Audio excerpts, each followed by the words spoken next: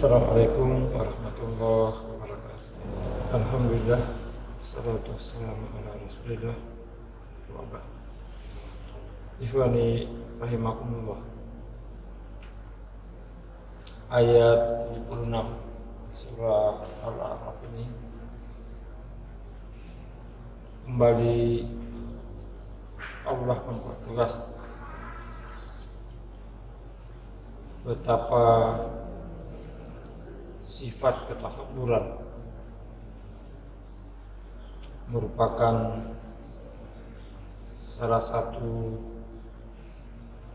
benteng terbesar penghalang untuk seseorang bisa mendapatkan hidayah, petunjuk dari Allah Subhanahu wa taala.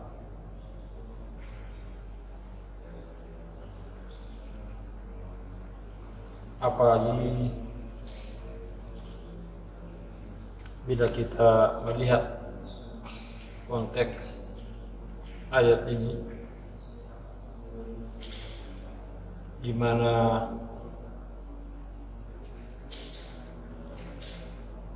keingkaran orang-orang yang sombong begitu luar biasa pada saat Allah Subhanahu wa taala melalui rasulnya Nabiullah Saleh alaihissalam sudah memperlihatkan bukti yang begitu gamblang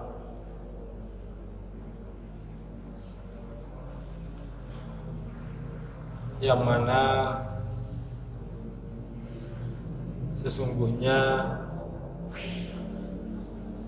tidak banyak orang atau kaum yang bisa menyaksikan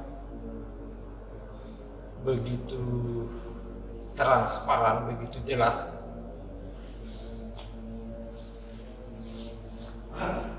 mukjizat yang Allah berikan kepada Rasulnya. Ya, Nabi Saleh sempat ditantang oleh kaumnya untuk membuktikan kerasulannya lewat unta yang bisa dikeluarkan dari gunung batu yang begitu keras. Dan seketika Nabiullah Saleh alaihissalam membuktikannya. Batu itu pecah dan unta tersebut keluar.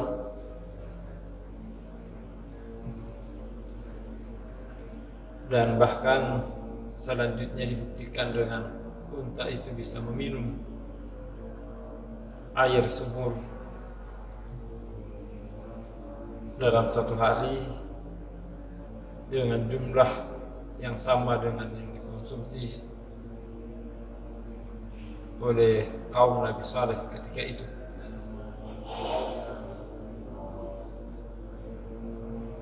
Dan dahsyatnya lagi setelah itu unta ini bisa mengeluarkan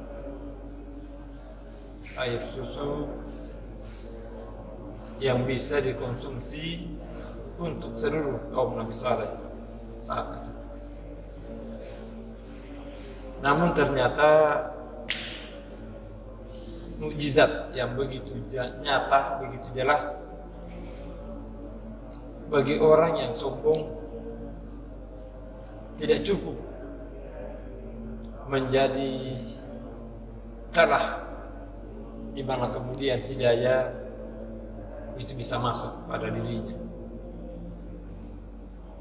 Ini sejalan kemudian dengan sabda Rasulullah SAW yang saya secara pribadi masih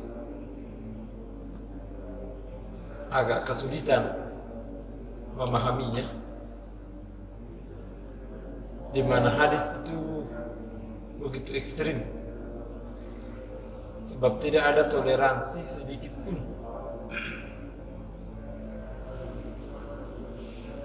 Lewat sabda Rasul yang menyatakan la yadkhulul jannah, tidak akan bisa masuk surga maka fi qalbihi mithqala dzarratin min kibr, orang yang di dalam hatinya ada sifat ketakaburan, kesombongan, walaupun hanya sebesar biji zarah. Ya, sekali lagi saya masih kesulitan memahami seperti apa sesungguhnya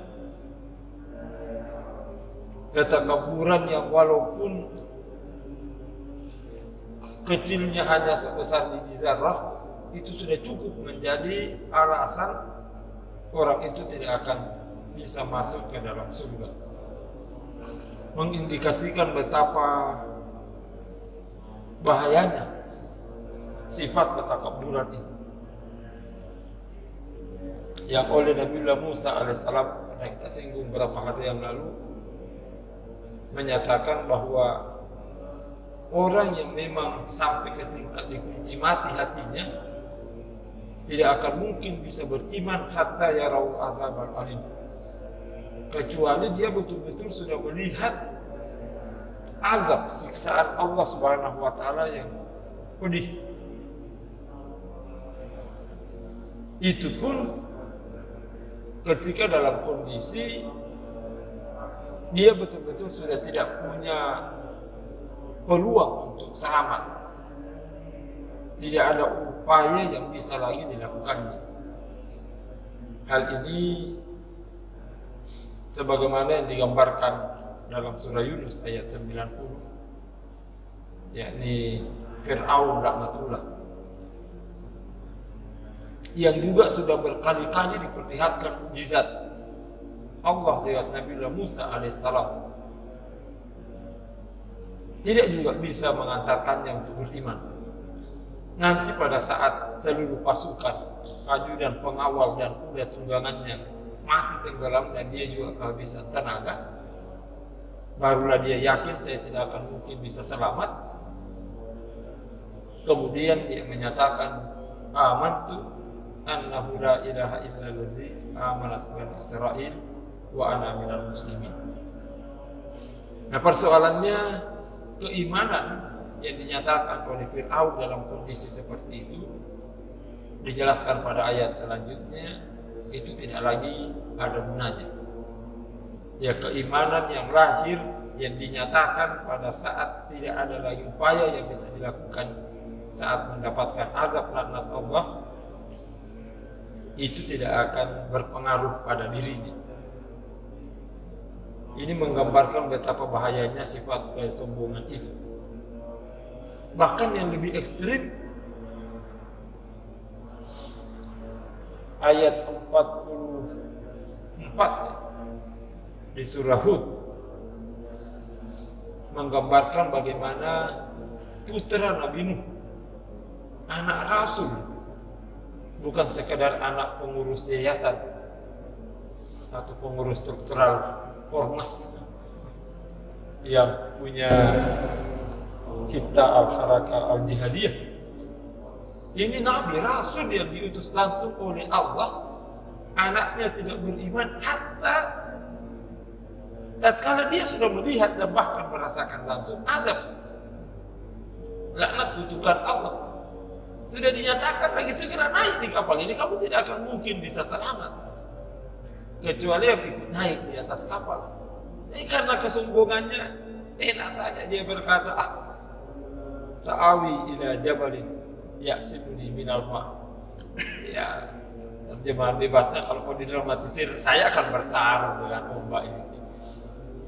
Saya akan naik ke atas gunung dan saya akan selamat dari gelombang tsunami yang begitu dahsyat.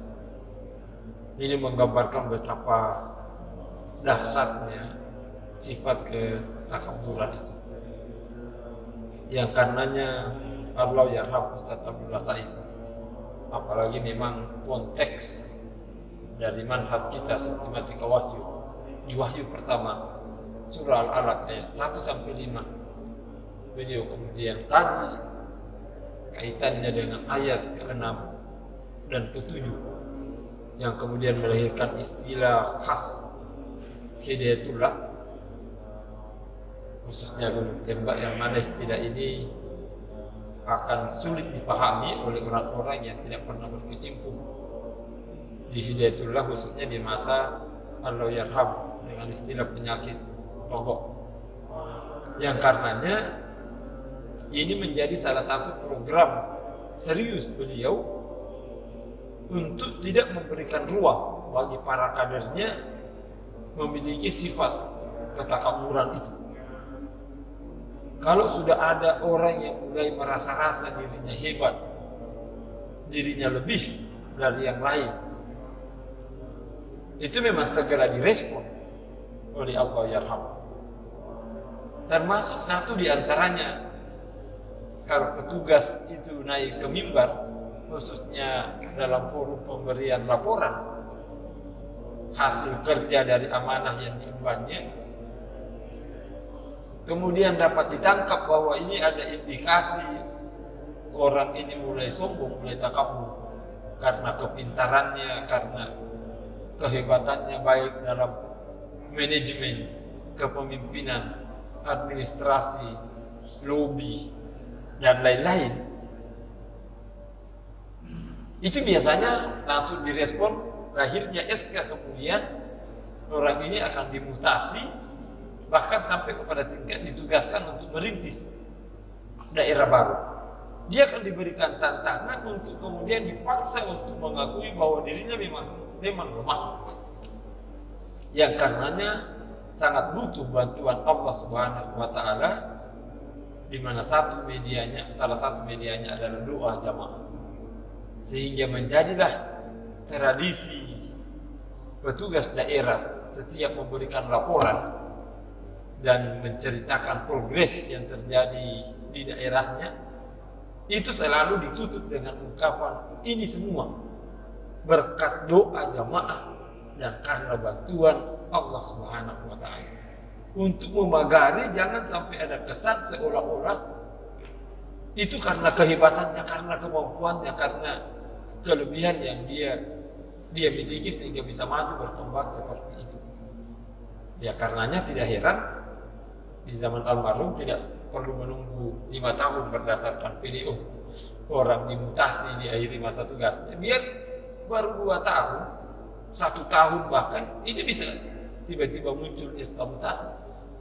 Ya saya pernah merasakan itu. Baru tugas di Bontang, pengantin baru 5 bulan di tempat yang sudah sangat nyaman. Sebab memang saya pengantin baru, rumah yang saya tempati paling bagus di Bontang ketika itu. Bahkan kala rumahnya pimpinan cabang yang sekarang jadi pimpinan umum, Ustaz Abdurrahman Muhammad. Ya rumah saya permanen satu-satunya, 2 lagi kamar mandinya, padahal belum punya anak. 1 kamar mandi dalam kamar tidur, luar biasa fasilitasnya. Dan saya sudah mulai enjoy sebab sudah punya jadwal rutin ngisi pengajian di PT Pupuk Kaltim. Tiba-tiba keluar SK baru, harus tugas ke Bengkulu, dan itu statusnya merintis, di mana harus tinggal bukan sekedar rumah paling jelek, lantainya tanah. Saya sama ibu harus cari kardus bekas untuk bisa dijadikan kasur ketika itu. Belum bertepatan musim hujan, yang kalau hujan bukan sekedar air yang jatuh, tapi gentengnya yang gantian jatuh-jatuh. Luar biasa. Ini adalah proses pengkaderan untuk kader-kader Hidayatullah itu. Jangan ada peluang untuk kemudian dia bisa sombong, bisa takabur.